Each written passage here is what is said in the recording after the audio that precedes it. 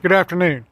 Just wanted to shoot a little video to help educate others that happen to have a metal building and want to put a mini split in it. I looked around on the internet and couldn't really find the answers I was seeking when it comes to what size do you get and all that jazz. So here's what I did, and here's kind of what I wound up with after the fact. To give you the statistics on the building, it is a 20 by 20 steel constructed building, 8-foot outer walls, 10 foot to the peak. So over 400 square foot of floor space. Then you got to add in the peak area for the volume and whatnot. I purchased the Zen-Air unit.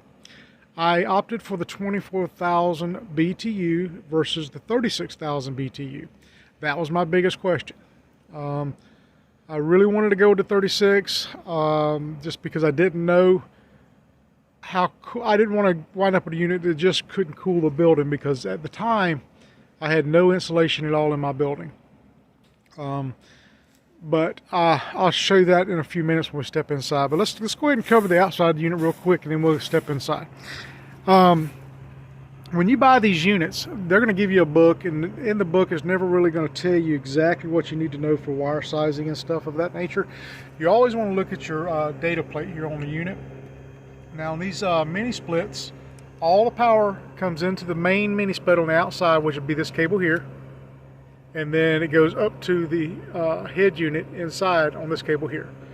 But as you look at mine, it says right there, total input current of 14 amps.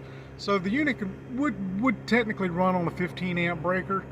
It says right there, maximum fusible is 25 amps. So you can't put over 25 amps to it, or it'll burn the world down or whatever. But after looking at it a little bit, I said, you know what, we'll just go ahead and throw a 20 amp on it, put some 12.3 to it actually, because that's what I had laying in the shop, and it's working fine. This is a 220 unit, so that's a whole lot more efficient than the 110 units or 120 units. One of the things that we did notice on this particular unit is the Freon connections down here. On some of these units, whenever they always come pre-charged. Number one, like the Mr. Cools, they come pre-charged. All of these units come pre-charged. But the Mr. Cools, from my understanding, the lines are sealed, so you hook them up, and then the way you interject the Freon and all that, you don't have to pull a vacuum. These units you do. So we had a vacuum pump hooked up for I think an hour, pulled a vacuum, it stabilized, everything was good. Hook up your lines, and you're supposed to crack the little valve inside underneath this cap, and it charges the whole system. Just so you know, I know this unit, for example, had an additional valve. You had 2 valves instead of 1. So just keep that in mind. On some of these units, you need to make sure that there's 2 valves or 1 valve. You got to turn them both on. Anyway, when you buy the unit, it comes with everything you need for installation. All the ceiling components, the putty, all the brackets and everything. Well, actually, the brackets, I had to purchase those separately for like 20 bucks. No big deal, because I did want to get it up off the ground, just to keep leaves and stuff and mud from getting in it. Now, the one thing about doing these units on a steel building is we were able to grab into the main structure on the horizontal beam, and on the far left support we were able to grab the upright, but on this particular one here we weren't. So the unit was wanting to sag on this one corner, so we ended up having to add some wood to the building and then secure it back to our French cleats on the inside, which you'll see in a second. Okay, here we are on the inside. This is the inside portion of the mini split. You'll see it's behind my filtration box that I built. I will strongly suggest, if you do build one of these and do buy one of these, you need to go ahead and do the filtration box before you do too many other projects. You just want to protect that investment as much as you can. My filtration box uses 4 16 by 25 by 1 inch filters. They seem to be doing fine, no problems with airflow, no restrictions that I can get. And if you notice, mine are already kind of black. I've been in the shop for 2 days now, sweeping and blowing things off, and just trying to reorganize it. Everything was kind of a mess when I was putting up this insulation board. To give you a few numbers to kind of work with to see if you even want to do the insulation in your building, because it is an investment. I spent, well, it's $37 a sheet. I bought 25 sheets. So you do the math on how much I spent on insulation. And I'm still missing about 5 sheets. So it's going to take, for this particular building, I'd say a good 30 sheets to do the whole building. While it wasn't a direct dollar for dollar exchange between the price difference between the 24,000 and 36,000 BTU unit, I believe that was about $800 to $900, say $900 difference in price. It's going to cost me more than that to insulate it. But what I feel is going to happen is even a 36,000 BTU unit would have had to run all the time in the dead of summer to keep this thing cool. The insulation basically just makes it where no matter what unit I use, it's not going to make it hard on the unit. It's going to just make it a little bit easier to run, a little bit better on the power bill, because we know that they quit giving away electricity last week, so it is what it is. Just kind of some numbers that I seen, and again, I wasn't really critical on it, but I did just kind of ballparking things. When we got the unit installed, I had no insulation. It took it between an hour and 2 hours to drop it from 98 degrees down to about 82. And it was comfortable. I mean, you could stand in front of the unit, especially if you're standing in front of this thing, because this thing puts out like 40-degree weather. I mean, 40-degree air. It's pretty chilly. Matter of fact, it's kind of chilly on my ear right now, and I've got it on low.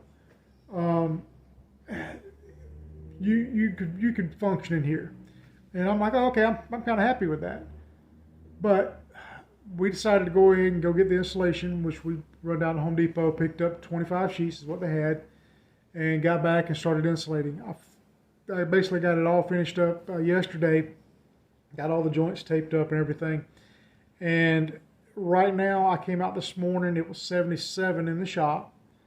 The unit was turned off overnight, and it was 89 degrees, I believe, outside.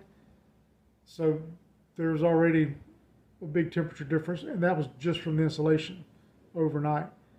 I cranked up the unit, set it on 72 degrees, and 30 minutes later, it was down to 74. And about 30 minutes later, beyond that, it was down to 72. So it's able to drop the temperature pretty quickly and keep it down. Now, something I have noticed, if you run an auxiliary fan inside your shop, I've got a big MaxxAir that's probably way too big now for what I've got going on in here.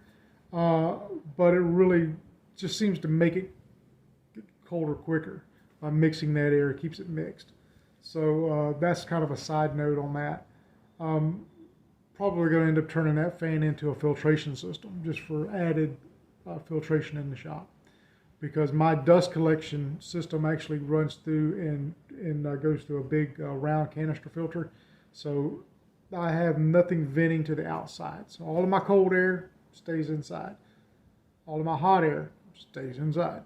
So that is what it is. So quick recap, 17 SEER, 24,000 BTU unit, 400 square foot shop metal building with R7 foam board insulation. Does a really good job. Runs on a 20 amp 2-pole breaker, 12 if you don't mind having an uninsulated neutral. I had some 12-3 shielded cables, so I just used a 12-3. Just simple line connectors and a junction box. I didn't need to do an outside disconnect, just simply because I have a disconnect within, I think, 25 feet or something of the unit anyway, so it's not a big deal.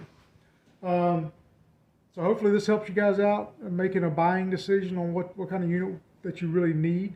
You know, no sense in buying a 36,000 BTU unit. It's just not gonna, it's just a waste of money, is what it boils down to, if the 24 works. And that was kind of my dilemma. You know, I just didn't know. So we took an educated guess, and that's the way we went.